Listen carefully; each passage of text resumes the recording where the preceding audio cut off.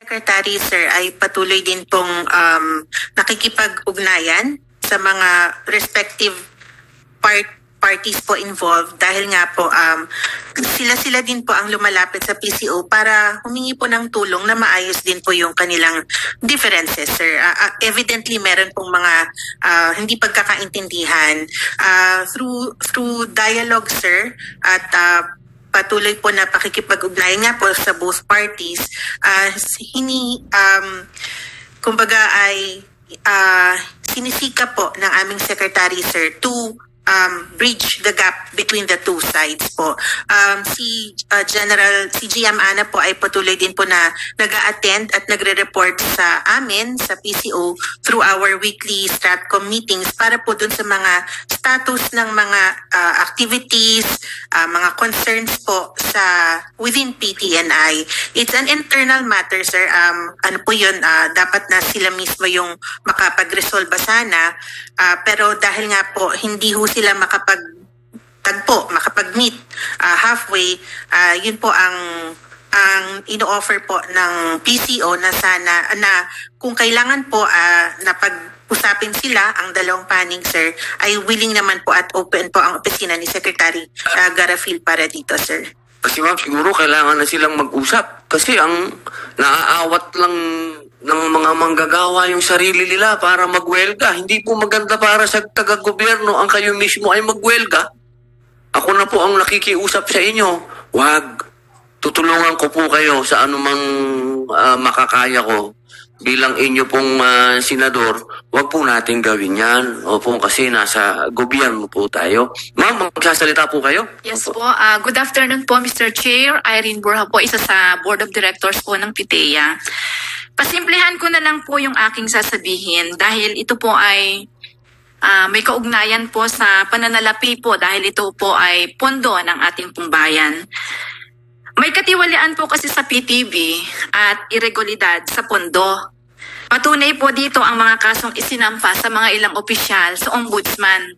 At ito po ay sa pagkawala po ng pondo po ng network na ito po ay mayroon po akong evidence from the COA report. Ma'am Irene, kanino pong administrasyon ito? Kay ma'am na po ba? Kay ma'am Annalisa? O sa previous pa po ito naman. Sige po. Opo. Ito po ay may kaugnayan. Dapat tanggal ko sa Hindi pa ho umiinit yung puwet ko sa upo. Kasi po yung aming pong sinasabi nga, Sige po. mga long-standing issues na hanggang ngayon po ay hindi po nare-resolve. Pwede pong pakibanggit nyo kung anong mga taon po yan, ha? Para mahalaga po. Yung mga kaso po na yan, para alam po natin kung gaano nakatagal yan. 2017 po ito nag-start.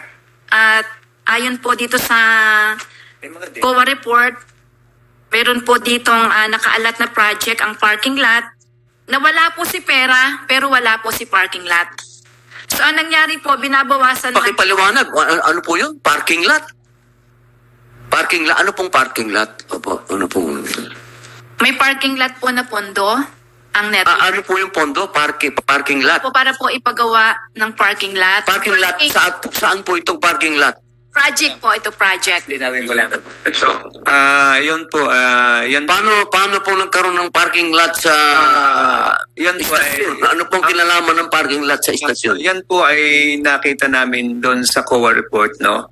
Yan po ay nakalagay doon is notice for with penalty of disallowance regarding doon sa parking lot extension, no? Saan po itong lugar na to? Pwede po malaman. PDB4 po. Saan po itong PDB4? Sa Quezon City po yan, Visayas Avenue. Visayas Avenue. Ngayon, Okay. ang sabi po doon, yan po ay nakapapaloob din doon sa 553 resolution po ni Senator Rapi at yun po ang tinalakay niyo nung nakaraan.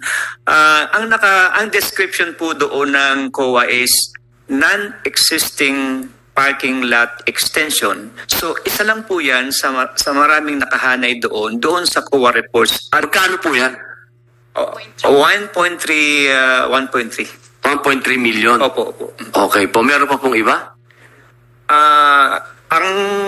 Yun naman po ay nandun sa COA report at nandun pa po ang Sige po. pang iba. Sige po, Tatay Florante. May tiga-kowa po ba tayo dito?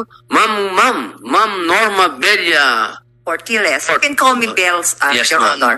I am not the office OIC supervising auditor that time, but what I've heard is that yung parking lot na yon, yung pondo doon, hindi naman na-divert, napunta sa ibang project. So, ganon. May variation order na ginawa. May variation order. Nevertheless, kasi nga nakalagay kasi daw, kasi hindi pa kasi ako ang supervising auditor that time, nag-issue pa rin ng notice of disallowance ang COA. Nakalagay nga doon is yung non-existent na parking space. Kaya lang, ang una kasi nito is nanghingi muna sila ng mga documents lahat at that time. Hindi na ibigay, so dinisallow.